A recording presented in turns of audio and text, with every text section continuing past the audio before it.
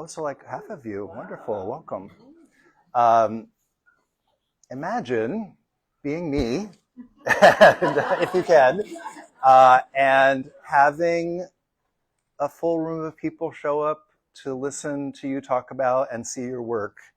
It is, I was thinking today that it is truly a gift that you would devote time to doing that. I know that we're presenting something to you and we've worked hard to try and create a gift back for you, but it really is a special feeling. So thank you to all of you that have come. It's casual here. If you need to get up and go and use the restroom, please do. If you need to grab another glass of water from downstairs, please do. I'm sure we'll have a few more people streaming in and we'll get them over to here and upstairs. And I think let's go ahead and get started. Oh, I should say that my name is Rob. No. First, okay, I will say the rest of my name in a moment. I want to thank Stuart Sellers that has been pouring us their delightful bounty from our own little Eden north of San Francisco. Yay. And so yeah, that's me. I'm Rob. I'm here with my other co-founder, Gaetan, there in the back. And we have been here for 22 years. And just to explain our mission, because it's a little bit different than what we're doing tonight, primarily we're presenting the work of rediscovered artists of the 20th century. We actually have some families of some of those artists from past shows here tonight. Welcome back. But Gaetan and I are both artists, and to prevent ourselves from becoming the lost artists of the future, we've been doing the work now by presenting our own work every couple of years. It's been 2 years since we've had a founder show, so this is what we're doing tonight. And I want to take a moment to recognize our team, if y'all would stand up, our staff. Yeah. Sarah and Alex, and maybe that's the only ones that are in the room right now. Okay. It really does take all of us to do this, so thank you guys so much.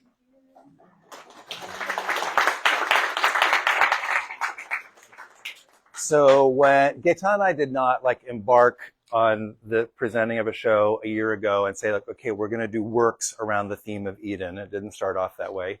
But about 2 or 3 months ago, when we started to look at the work that we both had that we wanted to present, I was like, wow, I didn't think that they were going to be in harmony with each other, but there is this really strong Edenic Garden of Eden vibe going on between the two of them. And that's, you can see my work here on the left and Gaetan's on the right. And so tonight it'll be me for the first 25 minutes or so, and then Gaetan will talk about his work, and you'll see how we're both have been exploring this concept or theme of Eden through our work, and you'll hear our own ways about that. Okay, let's get into it. So the story of the Garden of Eden is a very mysterious story, and it is one that has stayed with us for millennia. Part of the reason is because it has been part of the stories that help us unravel the riddle of being human and the human experience. And I think there are 3 ways that you can kind of approach talking about the Garden of Eden. One would be looking at it as a historically accurate biblical history. The second would be an ancient myth that doesn't really have that much to do with us anymore, and it's just part of our primordial past. Or the third, which is what we're going to explore tonight, is looking at it as a living metaphor, a story that continues to get reinterpreted and reinvented through the ages. And that can be done by reinterpreting it or reimagining it, which is how I've approached the work for this evening. And instead of taking you to Sunday school, which I could easily do because I am a pastor's son, instead, I want you to put yourselves in the mindset of what it would have been like to hear this story a few thousand years ago, 4,000 or 5,000 years ago, and to receive it in that way. So I'm going to put you on a journey through the night. This is actually a detail from one of my pieces. And we've been traveling through the hot afternoon, and now the cool of dusk has come. We know that we're going to set up camp soon. We have dinner, and then we make a fire, and we sit underneath this incredible canopy of stars, in which we're experiencing so much awe. And one of the elders from our group says, let's tell stories. This is the oral tradition of talking about the Garden of Eden and other stories, and this is how that story stayed alive before it could be written down some 3,000 years ago or so. So here we are all in this desert place. Maybe we're in search of somewhere with water, with green trees that we're going to be able to rest in for the next night. And I'm going to tell you the story of the Garden of Eden. So, after God had created the heavens and the earth had nothing on it. It was dry. He had made something out of chaos that had given us the heavens and the earth. But there were no plants or trees yet, and there were no humans to work the land.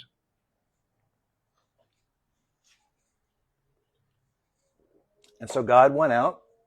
He came down, and from that dry earth, he pulled together some of that soil, and in the verb that was used for a potter, he formed man, and then he breathed the breath of life from his own mouth into the nostrils of this first being that he had made. And actually, Adam means man, first man. And then he went over to another area of earth, and he built a garden. He planted a protected garden. Not like a wildflower garden, but like a garden that was almost an orchard. It was full of all of the trees that were good for eating, all of the beautiful things. A manicured garden, a garden that would require a gardener. And there was a huge river that was flowing through the middle of it that was feeding all of these trees. This river went out in 4 directions out of the Garden of Eden to the rest of the world. And he planted 2 special trees in the center of the garden. One was the tree of the knowledge of good and evil, and the other was the tree of life. And so we have Adam there in the center with all of this, and he's expected to tend to this garden.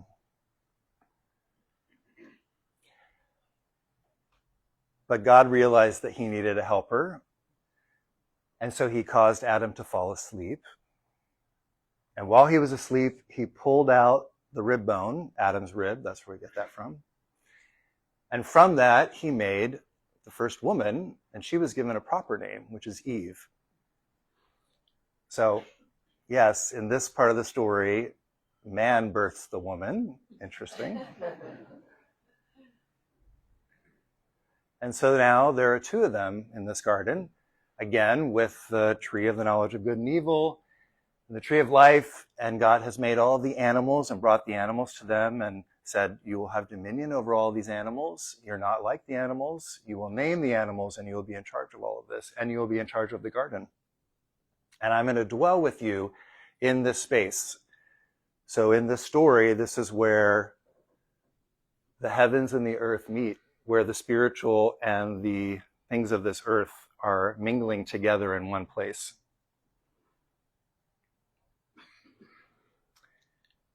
And one day, Eve encountered a serpent in this garden, and we're told that the serpent was one of the wisest of all of the animals in the garden. And as you can see, the serpent is actually upright, and you'll learn why. You'll learn how we know that in a moment. And the serpent said to Eve, so I've heard that you're allowed to eat of all the trees of the garden. And Eve said, yes, we're allowed to eat of all of them except for one.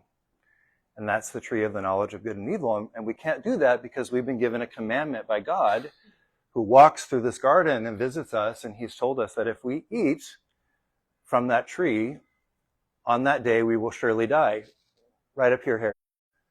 And she heard what the serpent said, and she went ahead and picked that fruit. Unaware of their nakedness, they knew they were naked. Consciousness happened. They went from being children to being adults and completely aware of opposites and their situation in the world.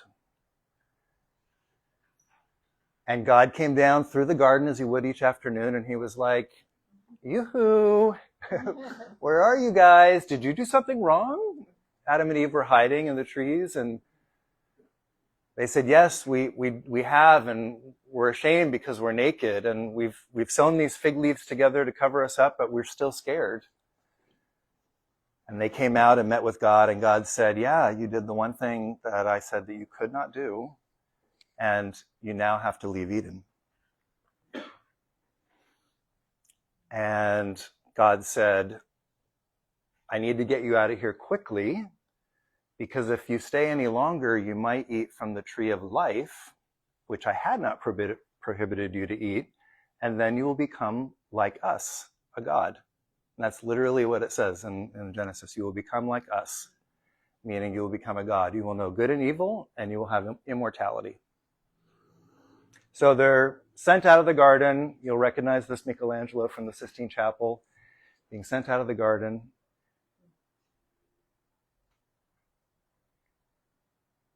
And they are cast out east of Eden. That's where we get that phrase, east of Eden, into the imperfect land that was outside of the garden, where they were going to have to toil because God put a curse on the three of them.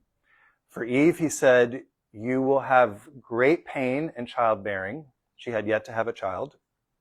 This was actually a part of becoming conscious. To Adam, he said, nothing will grow easily for you. The earth will be very hard to work, and you will work so hard for everything that you will eat. It will not just be coming off a tree just naturally for you. And to the serpent, who used to be upright, like we saw in that painting, you will now always crawl on the earth below all the other animals, and you will eat the dust.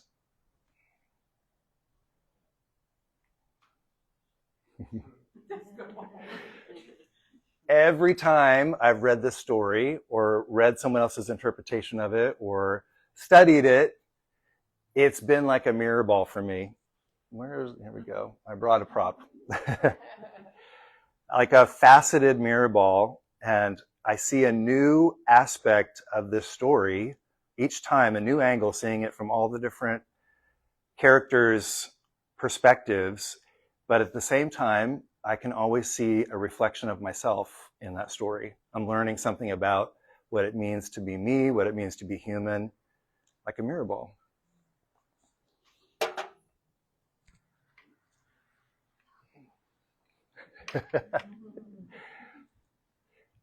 Whenever I'm getting ready for these, I have some pump music that I put on. I know for like some people, it's like the Rolling Stones or Eminem or something like that. For me, it's Yentl. The soundtrack to Yentl. I remember seeing this movie in the 1980s in the theater. And so I put my pump music on today. This is literally the photo that I took of my dashboard and sent it to my friend Daniel and said, listening to my pump music. And sure enough, my ears were opened. And in the very first song, she sings, and tell me where is it written what it is I'm meant to be, that I can't dare to have the chance to pick the fruit of every tree. What's that? Apple music. Yeah.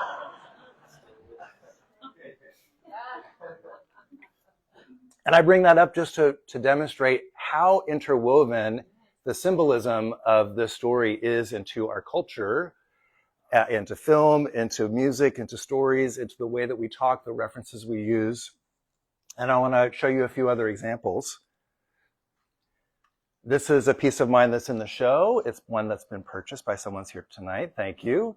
It's hanging over there. And one of the ways this story has been used as a living metaphor is as part of the hero's journey. If you've ever heard of Joseph Campbell and this idea of the hero's journey, that we are all on a hero's journey in our lifetime. And so the hero's journey is departing or being separated from the safety of the familiar, which is what happens to Adam and Eve.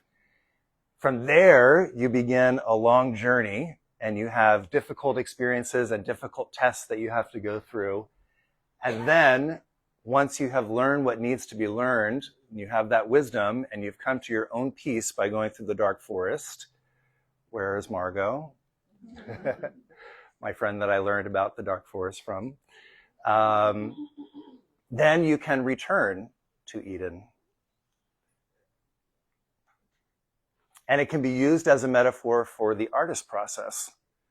So, for example, Eden is the state of pure potential. It's pre-creation. It's where anything can happen. And that forbidden fruit is the curiosity. It's the inspiration. It's the muse. The fall is that consciousness and self-awareness that happens when you begin to work with that idea. And then the exile, like that's 90% of being an artist, is all of the frustration and all of the problem solving that you're trying to do with the work and the doubt that you have along the way. And then ultimately, each piece is a little piece of Eden. I think one of the highest purposes of an artist is sort of like an attempt to recreate Eden. And I really believe like Eden can be in your mind, like the life of the mind. Eden can be a place that you create for yourself. So for me, I want to talk about my specific work tonight. And I want to talk about the way that I have reimagined the story of Eden. And I have queered it. And that means that I have thought about how I can bring my own life experience and have this be a meaningful story and metaphor that lives in an edifying way for me. And I'll just quickly say that about 2.5 years ago, I was on a plane, and that's a place where I always feel like when I'm alone on a plane, I can think about the deeper things. And I was asking myself, how can I go deeper and further with my artwork? What is it about me personally that I can convey and reveal and be more transparent about? And I was like, okay, well, what do I have that's special? What is my experience? And I was like, okay, well, I'm queer, I'm gay, and I grew up in an evangelical, born-again household with a minister as a father. And I was like, crap, like I do not want to like do specifically gay artists or gay art, or only be identified as a gay artist. And I definitely do not want to touch the Bible and God. Like that is just a no-go zone for me. And then I thought, because I had like 3 hours left on my flight, I thought, yeah, but what if I give myself permission right now to like tease that out? What would I do?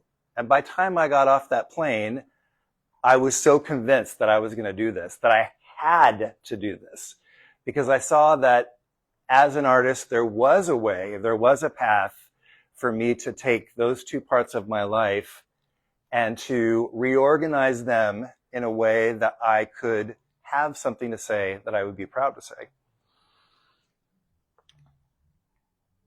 And if you were at the last Art Talk, I told you that 3 of the elements that are strong in a lot of artists' work in the creative process is disruption, followed by order, followed by alchemy. So you're going to see how I've disrupted the traditional telling of the story of Eden, how I've reordered it, and that my hope is that I've created something that transcends just the reordered parts that they're in, and that it's something that has greater meaning or some special meaning beyond just the image itself, something that resonates for people. And that's the idea of it. The alchemy is more than just the parts. It turns into something golden.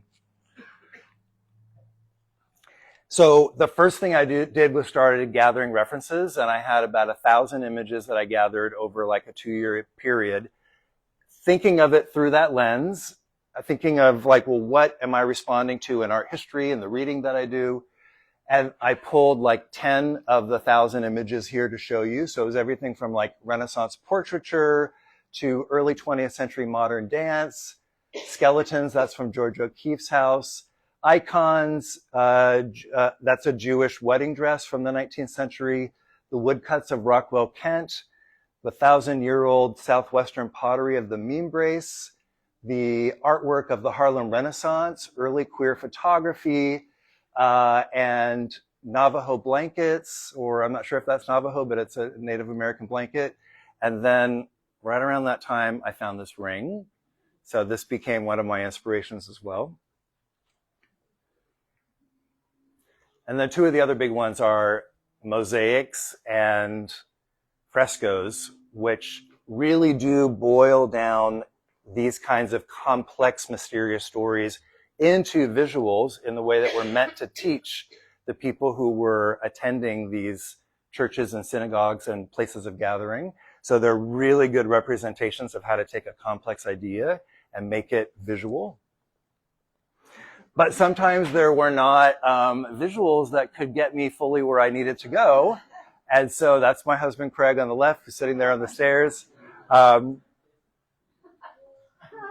have dozens and dozens of photos like this. I could make this worse for you. But you know, you can't just, I didn't have a model that could do this for me. And if you're referencing certain, I would cut out the shape of something that I was imagining that he was beholding or that the character would be holding. And then even for myself, like trying to figure out, well, what would the eye look like from that really extreme angle? And I would be there with the mirror and then the other mirror and the camera to be able to get that perspective.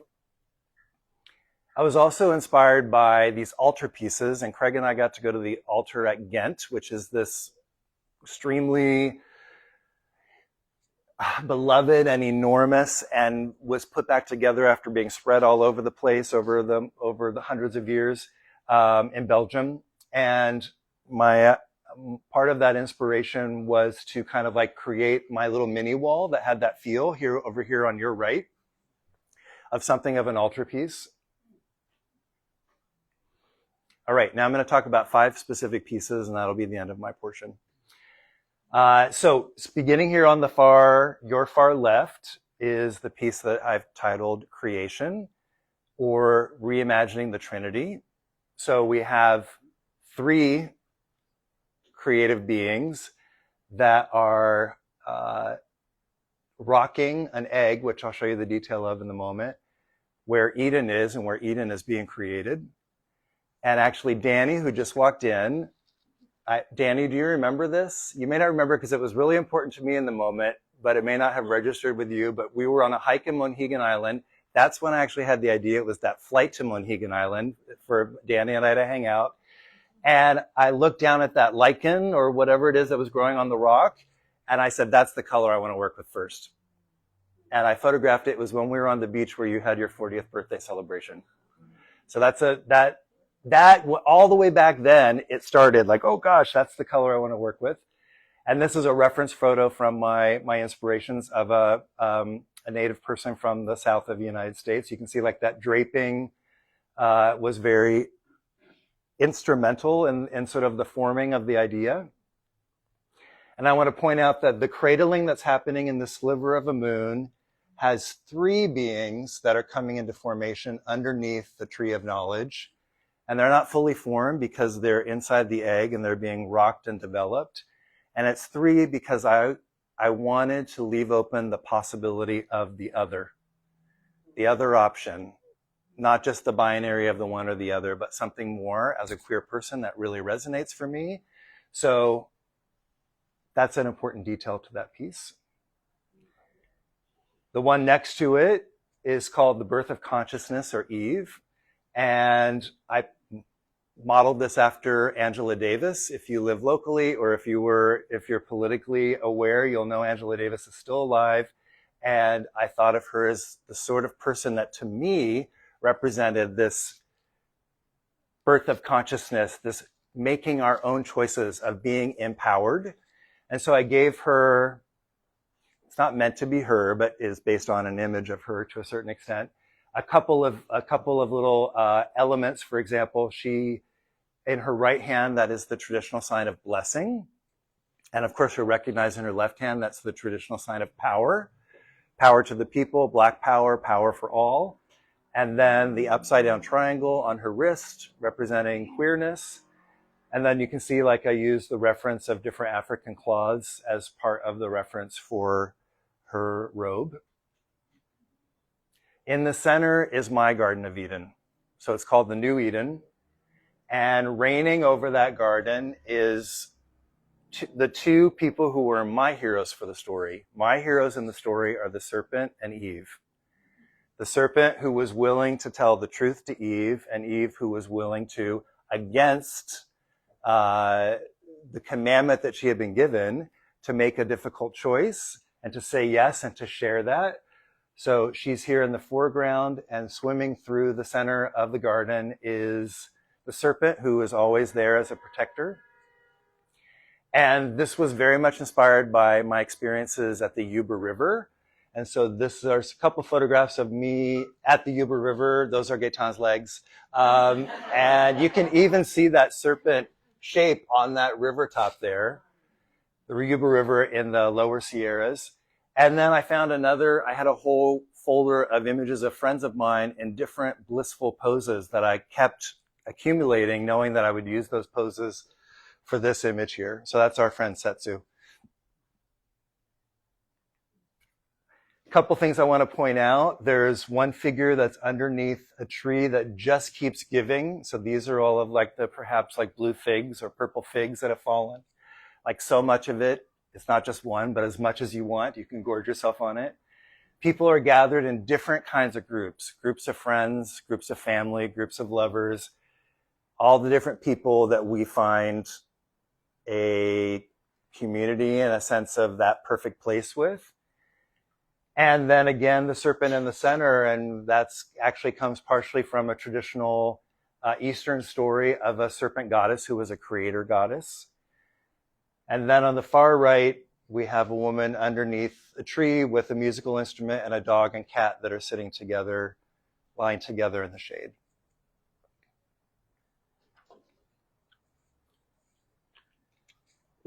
All right, the last two.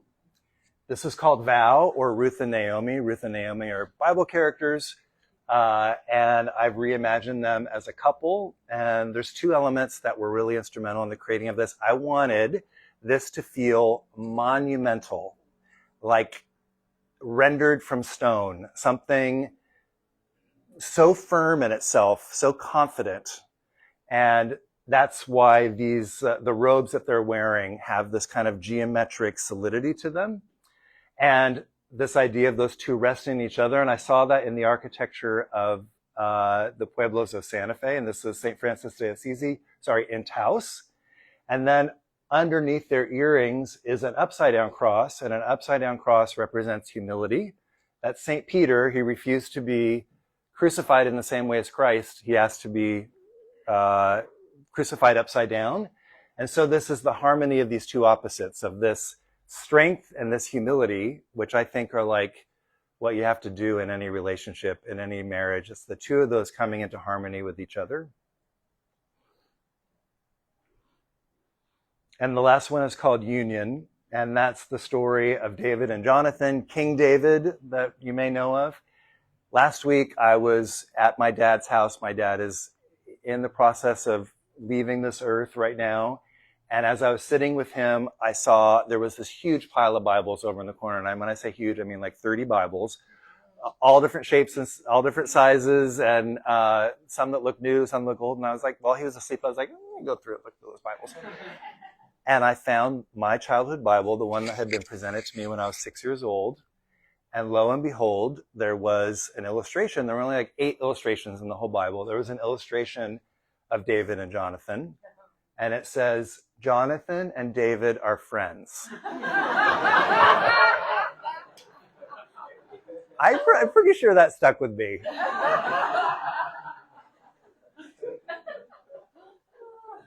As you can see, there's a union happening with the glowing halos behind them, and then an almost complete union that's happening with their faces, not a fully closed moon. And that's because we're never completely swallowed up by each other. We always retain a part of ourselves. And that's why these lines are going through this as well. This idea that their bodies are becoming one through that. I wanted to show you how much these pieces can change. These are 3 iterations, and there were probably 5 iterations of this before I landed on the final one that were full size like this. And lastly, I wanted to address the pieces up there. This is inspired by a photographer named George Platt-Lynes, a queer photographer. These were done mostly in the 1930s and 40s, and they are moments of queer bliss. And they were not discovered or shown to the public until just a few decades ago. And he died in the 1950s. And so these pieces are inspired by that photography of his, which to me is a form of Eden, to be able to experience that kind of ease.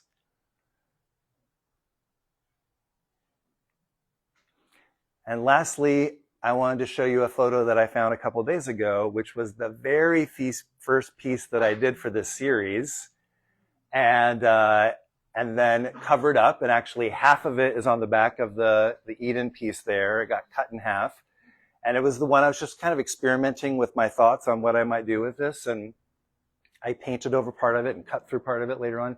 But when I came back to that original image, I was like, not bad. Like, a lot of what I had to say was actually there in the very first image that I created. And then I was like, oh my gosh, this is the self-portrait. This is me receiving inspiration and being born there on that same sliver of moon that would show up in the first creation one, hovering somewhere between the earthly and the celestial. To introduce Gaetan, I want to tell you that here's another reference that makes me think of Gaetan and his version of Eden. This is a reference in a Joni Mitchell song called Woodstock. I bet a lot of you guys know it. And she says, "We are stardust, we are golden, and we've got to get ourselves back to the garden." That's what the hippies of that era and those that were going to Woodstock believed could be possible. And I would like to introduce Gaetan, who has created very much an Eden for himself, and we'll talk about the paintings reflecting that.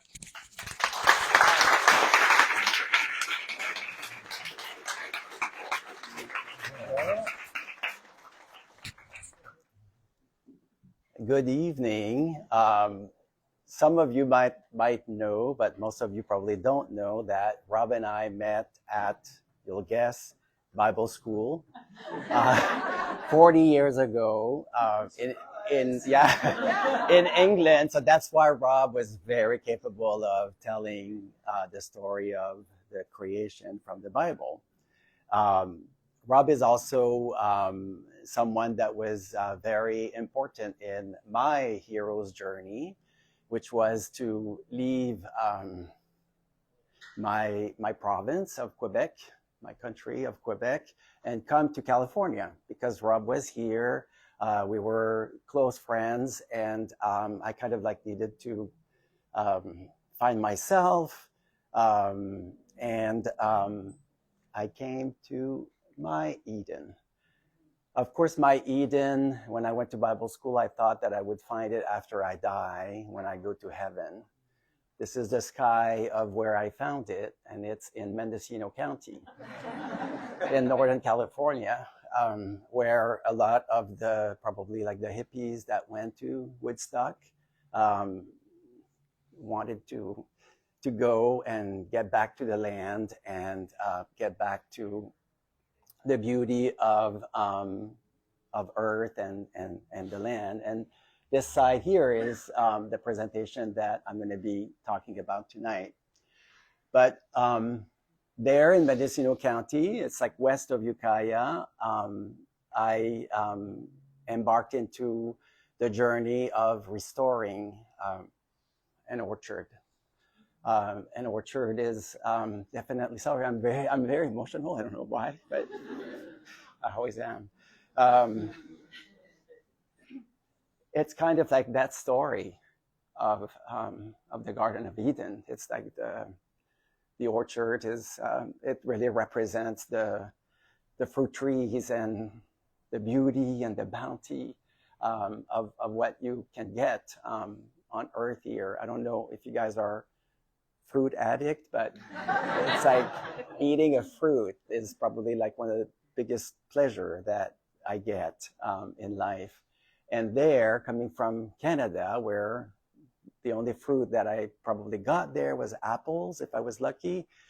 In the summertime, here in Mendocino, it's cherries, apricots, plums, pluots, persimmons, and figs, and all things that I didn't even know. I had never seen apricots on a tree before.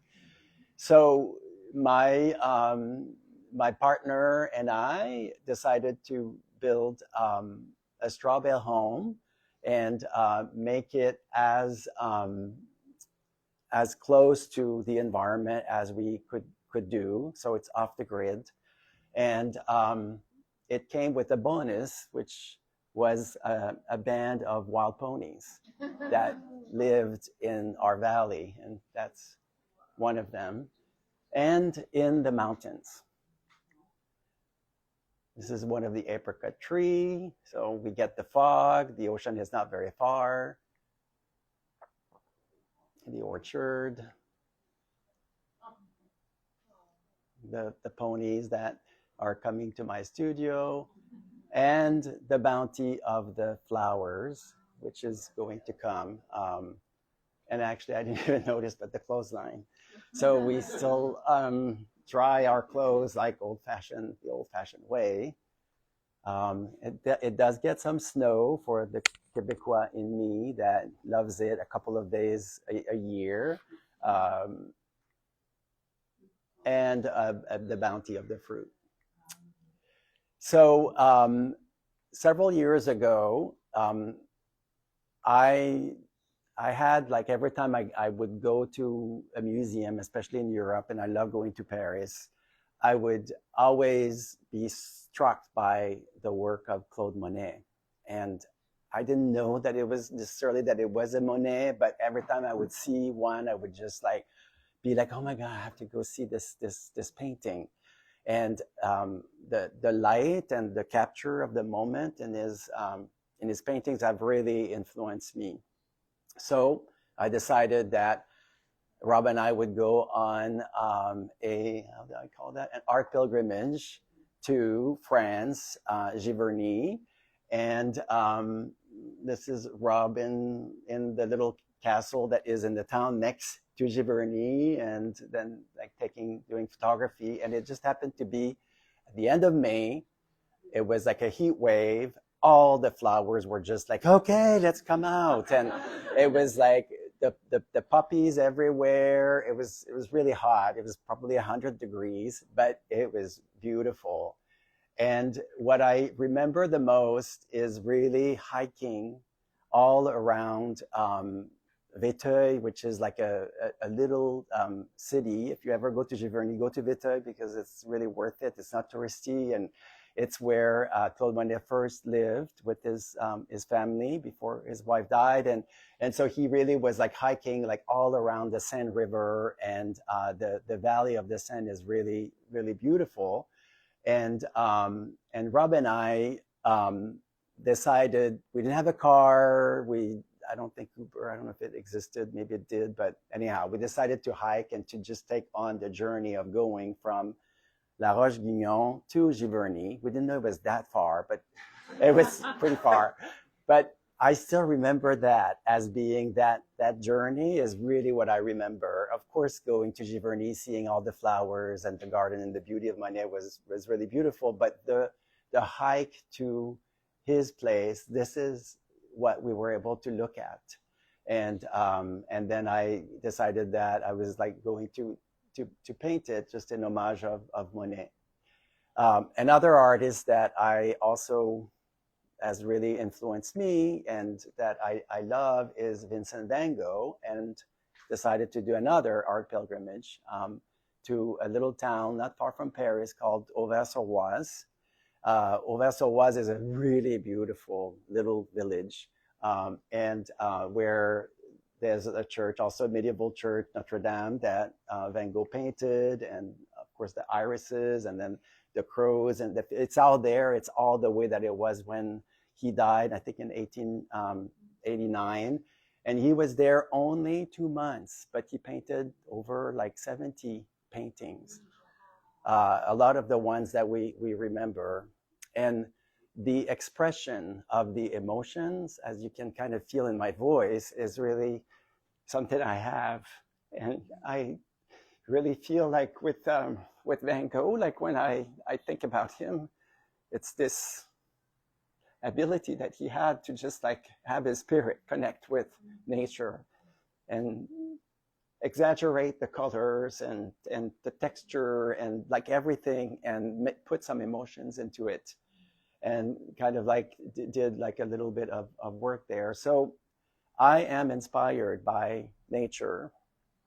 And so what I like to paint is really like details like the bark. And this is like the bark of the madrone, the pieces up there in the middle back there. And it was like me seeing the bark of the madrone after like a rain where like the bark is like really like just shiny. And then I noticed that little part of the madrone, of the old bark that was still attached to it.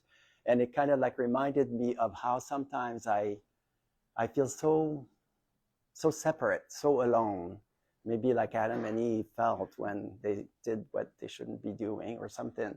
And then other times I really do feel like in harmony with everybody, everyone, just like feeling like just like one, like the rest of the bark. Where my house is in we call it the Mendocino Hills. It's mountains for us in Quebec, but for you guys, it's hills here. And it's really like the mountain is really another source of images and inspiration for me. This is like sea foam that I saw on the side of the ocean on the beach that really like spoke to me of like, how could the ocean have all of these colors coming out? And the bark of the manzanita, if you've ever seen the manzanita tree, it's a gorgeous, the forest, ocean, wildflowers, the fruit, the cherries. Those are the sour cherries, the ones that you make cherry pie with. Very good. And the blossom, that's the blossom of the almond. It's always the first blossom that comes in January. And the ocean. So about a year ago, I had a vision or a dream, or like the previous year, Mario had planted some sunflowers in our front garden, a few, and they really came up and like beautiful. And I was like amazed by them, but there were just a few. And then I was like thinking like, what if I created a forest of them in front of our house? And I started to garden and decide like, just like really like gardening in California is like, the soil is rich, but at the same time, it's not rich like back east where it's like very rich. It's just, I don't know, you have to amend it and you have to do things and all that. But for some reason, the sunflowers loves it. Like it loves the south of France. It loves like all of the Mediterranean climate, and it's really good. So I had the pleasure of seeing that vision and doing it. It came with a lot of work and a lot of labor, but it happened. And this is some of the photos. All of these photographs are my photos that I took of them, and spent a lot of time in my garden. It's also a vegetable garden, so I get to garden and be in the sunflower forest. And this is, I'm opening the door of my house, and this is what I was looking at.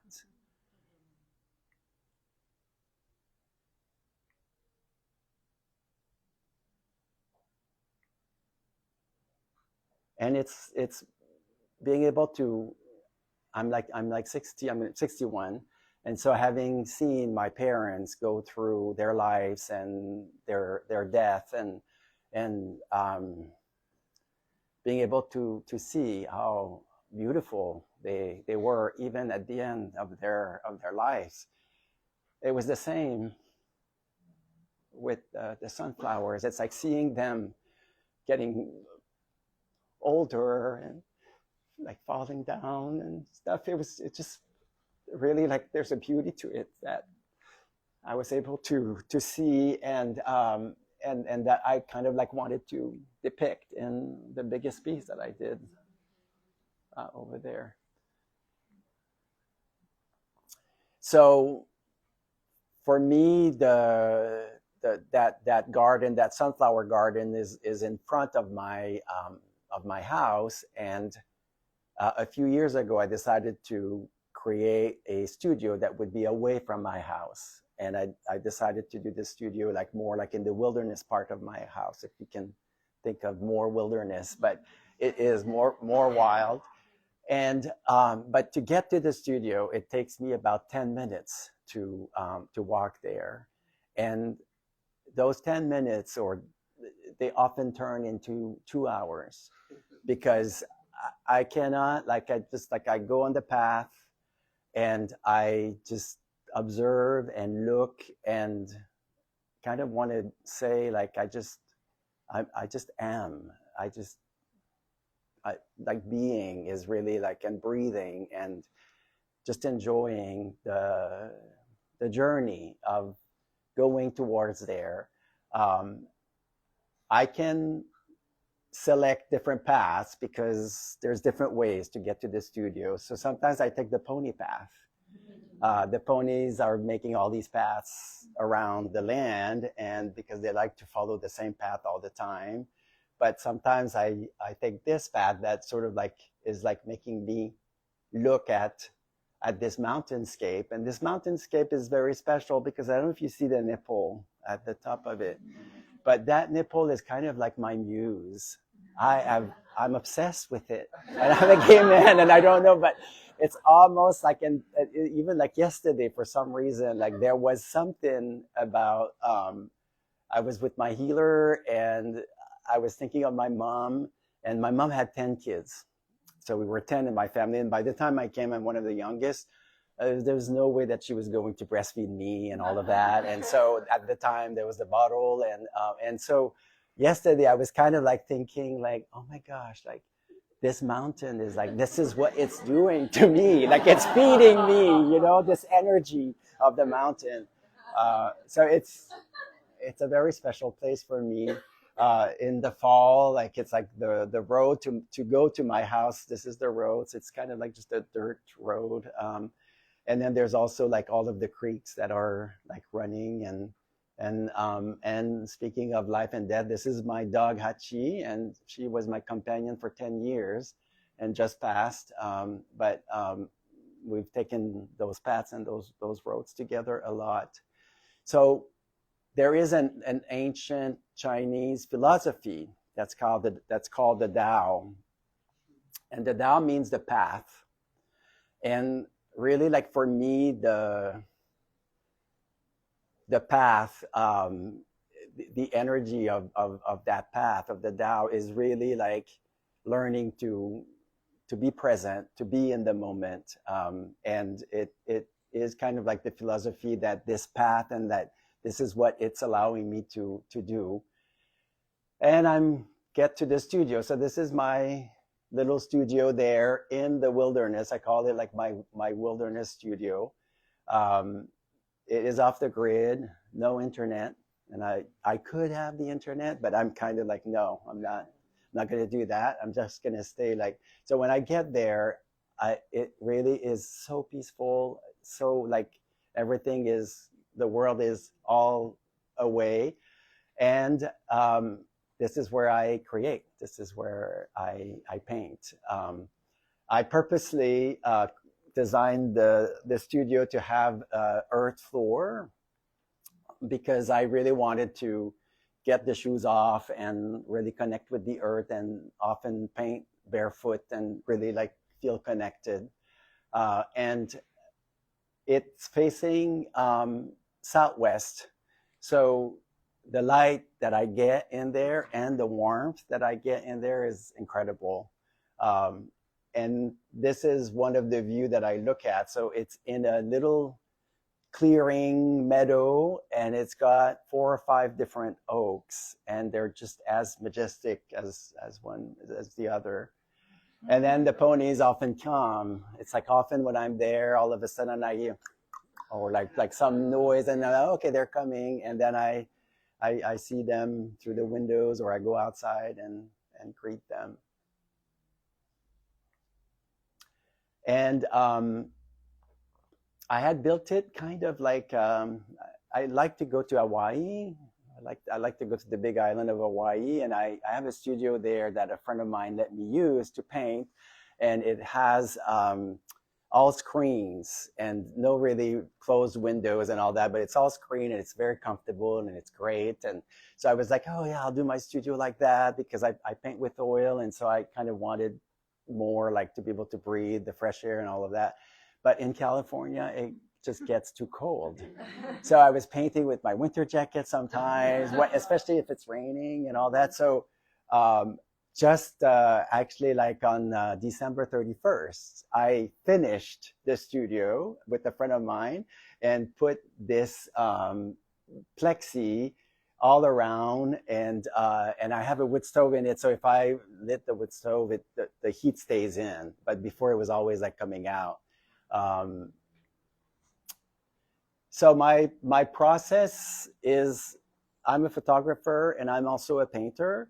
So I really, when I paint, I kind of like go to my photography for these like awe moments that I get to experience when I'm looking at nature, and I capture with my photography, and then I start the process of sketching, and the sketches are very rudimentary, very elementary, and it's just for me to, and I do it and I do it and I practice, and I just want to get the essential of what I'm going to be painting.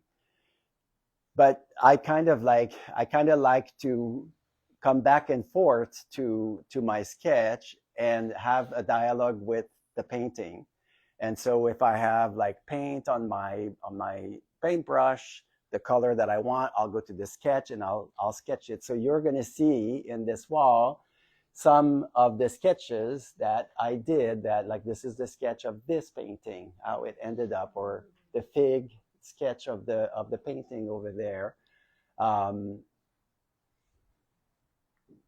And it is kind of like how it happens to me. It's like it was fig season, and I had like a box of figs, and I looked at it and I was like, oh wow, this is so beautiful.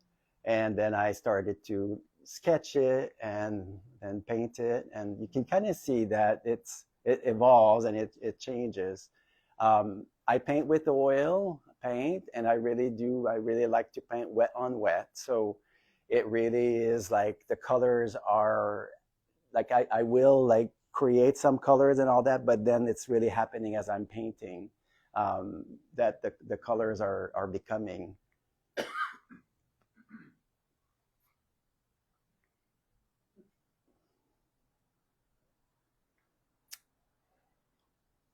It's almost like the photography gets the details, and then the sketches get kind of like the essential, but really the paintings is capturing the experience that I had when I was in nature and took all that time to watch it.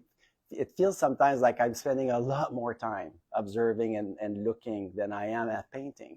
Sometimes just like Van Gogh, like a painting, he did 75 paintings in 2 months. Like they happen, but it's all that time before that of like spending time with the subject. I do also like stretch my canvases, and so you can kind of see, and because I do lost art here, sometimes I can like the artist who has left in their studio a roll of Belgium canvas that maybe was done in the 1960s or something like that, good quality, like I'll be able to use that. And then, so I like to also like use like different materials like that. So I kind of hope that my artwork and my lifestyle with the land is going to be that treasure or that elixir that I was able to come here to get, and it's at the end of the hero's journey, that gift, and it's the gift that I'd like to give to you, my community. And I'm really grateful that you guys came tonight to look at our work at Rob and I. Thank you.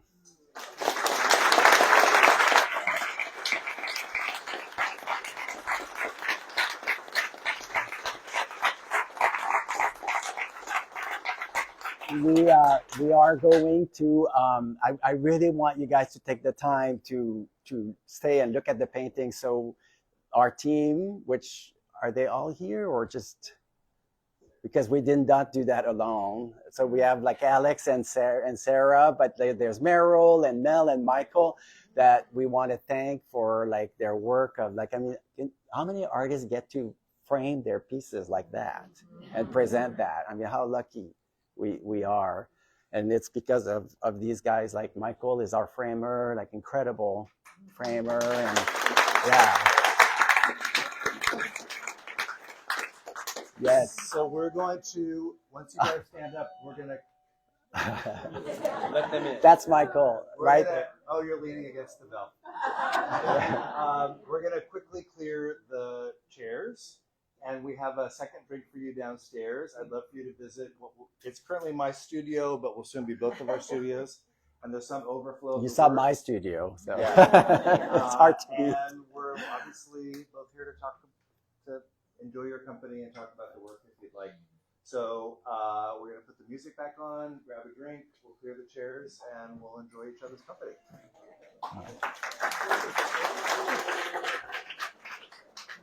Good story. Oh, thank you. I love your emotion all the time. It's too much. It's so meaningful. I know. It's so beautiful. I'm so moved. Thank you. Thank So you. glad to I know know you have a spirituality too. I know. So it's like, I'm just blown away listening.